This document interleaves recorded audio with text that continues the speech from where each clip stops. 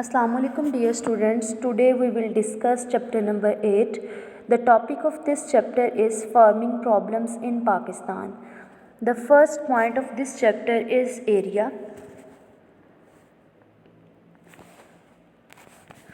One of the problems with farming in Pakistan is that the average area of 50% of the farms is less than 2 hectares. A hectare is roughly less than 2.5 acres or 10,000 square meters. Sometimes the fields are scattered in different plots around the village. These factors make it difficult for farmers to use farm machinery. Thus, time is wasted. Most of the peasant farmers cannot afford to buy tractors and other farming machines. So bullocks are used for plugging and harvesting is done by hand. इस वाले paragraph में हमने एक चीज़ discuss की है कि one of the main problem जो है फार्मिंग में, काश्तकारी में पाकिस्तान के अंदर, वो है एरिया का इशू। एरिया 50% जो फार्म्स है वो आलमोस्ट 2 हेक्टर से कम है। एक जो हेक्टर है वो जो रफली एस्टिमेटेड है उसकी जो रेशो वो 2.5 एकड़्स है और 10,000 स्क्वायर मीटर्स है। 10,000 स्क्वायर मीटर्स इक्वल टू होता है 1,000 स्क्वायर जो है, इसमें ये 10,000 स्क्वायर है और जो 1,000 स्क्वायर है वो इक्वल टू 1 किलोमीटर के है। ठीक है। और sometimes the fields are scattered, sometimes कुछ इस तरह स्कैटर्ड होता है, बिखरी हुई जगह होती है इन डिफरेंट प्लॉट्स के मीन के एक ही जगह पर वो प्लेन एरिया नहीं होता और एक ही प्लेस के अंदर वो जगह नहीं होती। डिफरेंट कुछ इधर है कुछ उधर है, ये मीन के प्लॉटिंग में छोटी छोटी जगहों पे अराउंड द विलेज, यानी कि वो गाँव के इर्द गिर्द, यानी कि एक ही ज़्यादा जो एरिया वो एक ही जगह पे मौजूद नहीं है बल्कि डिफरेंट प्लॉट्स और छोटे छोटे पार्ट्स में मुख्तलिफ़ जगहों पे वो मौजूद होता है, जिसकी वजह से एक तो हमें आगे हम देखेंगे कि पानी का भी इशू, वाटर सप्लाई का भी इशू आएगा और वहाँ पे जो थोड़ा एरिया हो गया वहाँ पे हमें हार्वेस्टिंग के लिए भी प्रॉब्लम्स को फेस करना पड़ेगा। These factors make it difficult for farmers to use farm machinery. तो जब वो प्लॉटिंग की फार्म में होगा, थोड़ी जगह पे होगा, तो जो फार्मर्स हैं उनको वहाँ पे मशीनरी यूज़ करने में भी जो है वो प्रॉब्लम्स जो है वो फेस करनी पड़ेगी, मुश्किल आएगी। क्योंकि आप देखेंगे कि आपकी जो हार्वेस्टिंग की मशीनरी है वो भी ह्यूज होती हैं, प्लेस को कवर करने में भी उनको काफ़ी जगह की ज़रूरत पड़ती है और ये 10 टाइम इज़ वेस्टेज। तो वो वहाँ पे जो छोटे प्लाट्स में अगर हार्वेस्टिंग करेंगे तो वो टाइम वेस्टेड ही है। Most of the peasant farmers can not afford buy tractors and other farming machinery. और जो दूसरे आपके गरीब किस्म का तबका होता है फार्मर्स, किसानों का, जो ऐसे पुअर किसान भी होते हैं जो बामुश्किल जो ये इस काबल नहीं होते कि वो ट्रैक्टर्स मशीनरी वगैरह को ख़रीद सकें। सो वो जो bullocks are use for ploughing and harvesting is done by hand.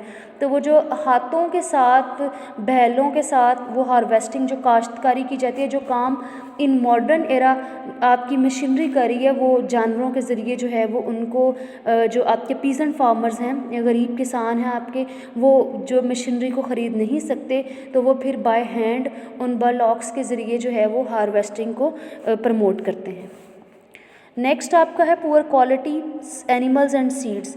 Peasants farmers are often too poor to buy new and improve seeds and animals.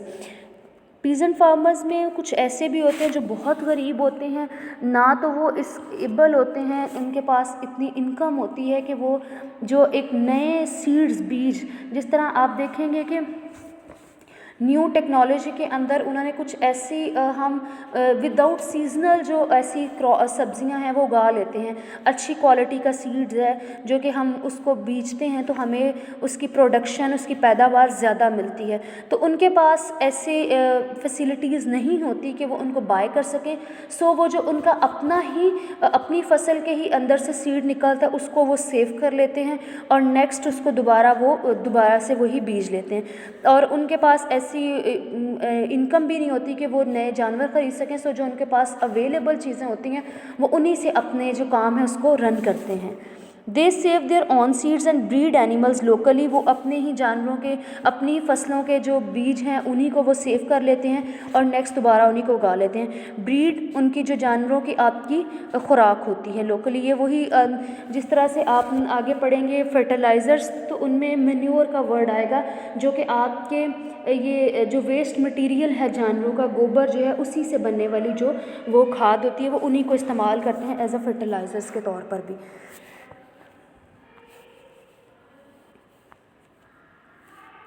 उसके बाद the government is trying hard to bring in seeds which produce larger crops and animals which are stronger and produce more milk and meat। जो है government वो ये कोशिश कर रही है कि ऐसी सीड्स और ऐसी ब्रीड जो जानवरों की खुराक है वो, और सीड जो आप अपनी फसलों को उगाने के लिए बीज इस्तेमाल करते हैं, वो ऐसी क्वालिटी के लाए जाएँ कि जो फसलें उगाई जाएँ तो वो प्रोडक्शन उसकी हमें जो है वो लार्ज स्केल पर हो, और जानवरों को अगर उनकी ब्रीड दी जाए तो वो ज़्यादा मिकदार में मिल्क और मीट जो है वो प्रोड्यूस कर सके। But these are expensive and, लेकिन ये बहुत महंगे हैं, एंड जनरली और आमतौर पर beyond the income of small farmers, और इनकम उनकी जो आमदन है फार्मर्स की उनसे उनकी पहुंच तक नहीं है वो। These are the amounts of wheat produced in Pakistan in 1960 and 2007। ये नीचे आपके पास एक टेबल है जिसमें कुछ रेशो बताई गई है 1960 से 2007 तक जो है वो कितनी प्रोडक्शन हुई है आपकी जो है वो वीट की यील्ड पर हेक्टर्स में कितनी है, और इसमें पाकिस्तान का ही बताया गया, पहले 1916 में है फिर 2007 में है। Below them are the amounts produced in the USA in 2007। ये नीचे हम देखते हैं, पहले लिखा हुआ है पाकिस्तान वीट प्रोड्यूस्ड, ये आलमोस्ट 1960 में थी 40 मिलियंस, ठीक है।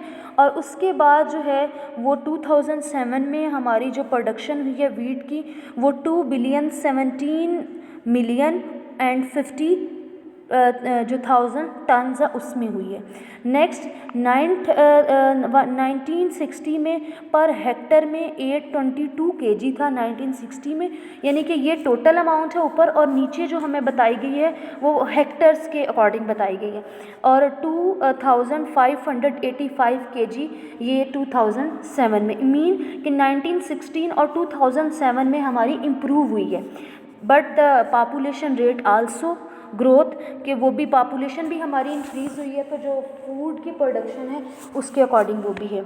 नेक्स्ट USA में पर हेक्टर आपकी है 1960 में 5000 पर हेक्टर, उसको केजी या हेक्टर में उसने कर लिया, और पाकिस्तान में 2007 में वो ऊपर इन्होंने बता दिया। ये आपके फर्स्ट पेज की रीडिंग है। ऊपर अगर एक पिक्चर देखें तो वहाँ पे जिन बच्चों को बलॉक्स का नहीं पता, बाय हैंड हार्वेस्टिंग किस तरह से फार्मर्स करते हैं, तो ये पिक्चर जो है ये क्लियर कर रही है। Blocks are used for plugging small fields, छोटे छोटे जो आपकी वो फसलें होती हैं उनके लिए। यहाँ पे इन्फो में देखें लिखा हुआ है by using good quality seeds, अच्छी क्वालिटी के आप बीज इस्तेमाल करके crop yields can be increased by 10 to 20%। आप फसलों की अपनी पैदावार जो है, अगर आप अच्छी क्वालिटी का सीड यूज़ करते हैं तो आप उसकी प्रोडक्शन 10 to 20% इम्प्रूव कर सकते हैं। The most widely used and improved varieties of crops developed in Pakistan are Mexipak wheat, Iripak rice and Nayab 78 cotton. ये कुछ अच्छी क्वालिटी के उसने बताए हैं चावलों की किस्म, गंदम की और कॉटन की।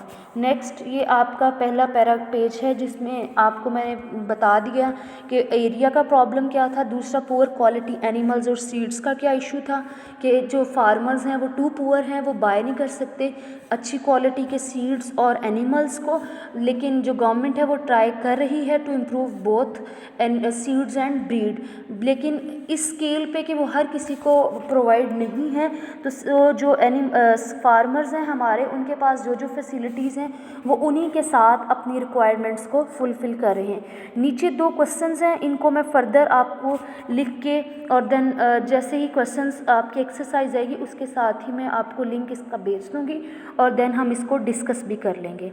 उसके बाद हमारा सेकंड पेज है, 36 पेज नंबर है, वहाँ पे देखिए canals are used for better supply.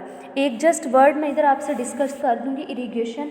आपका जो फसलों को पानी देने का निज़ाम है उसको हम कहते हैं इरिगेशन। पाकिस्तान के अंदर उसमें आपके पास आ जाते हैं नहरी निज़ाम, ये ऊपर जो कैनाल सिस्टम आपको बताया गया, ट्यूबवेलों का है। उसके बाद ट्यूबवेल से पहले लोग पुराने, जब थोड़े से हम पिछले टाइम में चले जाएं तो कुओं के ज़रिए भी था, ये इलेक्ट्रिक मोटर्स भी हैं, यानी कि मज़ीद with the passage of time जो है आपके पास नई टेक्नोलॉजी भी आती गई है। Okay students, thank you so much. Next हम इंशाल्लाह अपना सेकंड लेक्चर स्टार्ट करेंगे। अल्लाह हाफ़िज़।